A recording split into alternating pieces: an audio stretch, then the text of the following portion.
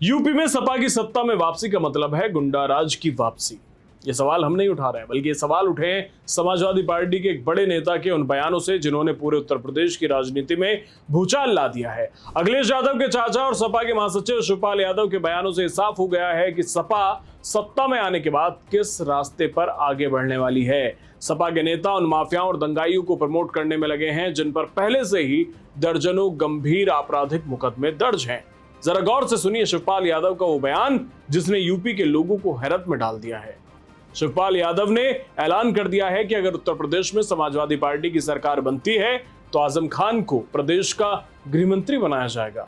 वही गृहमंत्री का पद जिस पर पूरे प्रदेश की पुलिस, कानून व्यवस्था और जनता की सुरक्षा की जिम्मेदारी होती है।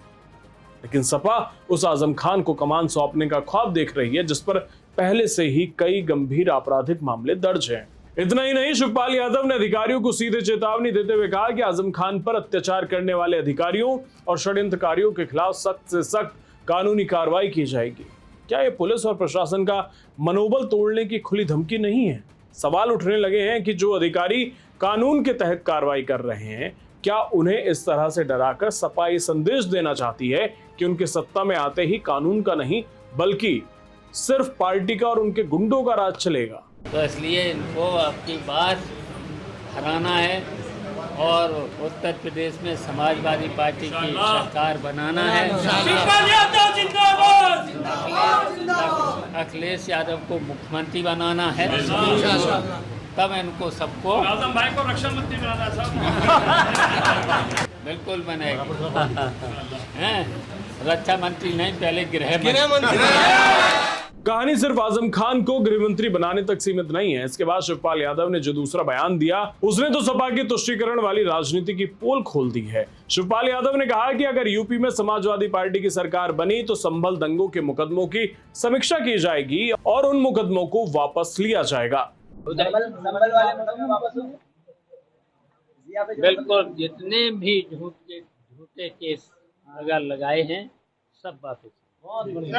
संभल में जब दंगे हुए, जब उपद्रवियों ने कानून की धज्जियां उड़ाई, सरकारी और निजी संपत्तियों को आग के हवाले कर दिया, पुलिस पर पथराव किया, तब जाकर कानून ने उन पर कार्रवाई की थी। लेकिन सपा के नेताओं को कानून की चिंता नहीं है। उन्हें चिंता है तो सिर्फ अपने वोट बैंक की। दंगों के आरोपियों पर दर्ज मुकदमों को वापस लेने की बात करके शिवपाल यादव ने साबित कर दिया है कि सपा की प्राथमिकता में कानून व्यवस्था नहीं बल्कि खास वर्ग को खुश करना है। जैसे ही शिवपाल यादव के बयान सामने आए, पूरे प्रदेश में हड़कंप मच गया और सोशल मीडिया पर हंगामा शुरू हो गया। लोग सवाल पूछ रहे हैं कि अगर प्रदेश के गृहमंत्री आजम खान जैसे नेता होंगे तो यूपी की सुरक्षा का क्या हाल होगा?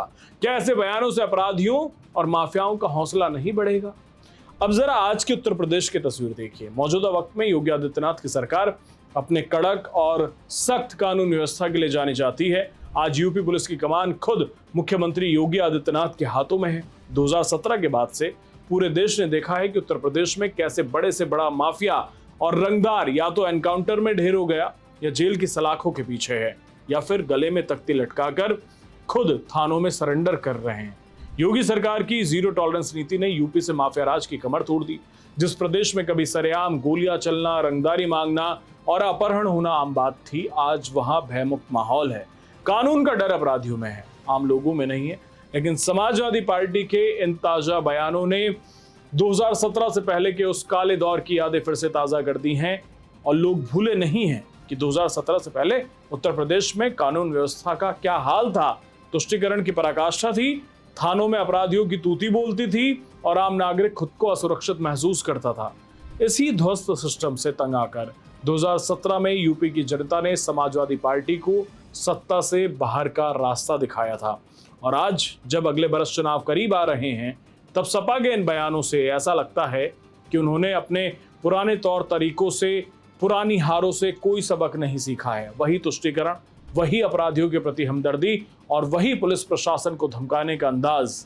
अब सबसे बड़ा सवाल यह है कि क्या उत्तर प्रदेश की जनता शिवपाल यादव के इन बयानों के बाद कभी समाजवादी पार्टी पर भरोसा कर पाएगी या फिर योगी सरकार के कड़े कानून व्यवस्था के मॉडल पर भरोसा जताकर हैट्रिक लगवाएगी?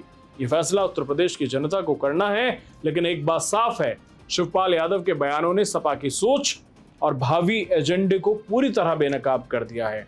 बेनकाब हो चुकी है सपा की वो सोच जो ये बता रही है कि आने वाले वक्त में अगर वो सत्ता में लौटते हैं तो उत्तर प्रदेश किस तरह से चलाया जाएगा।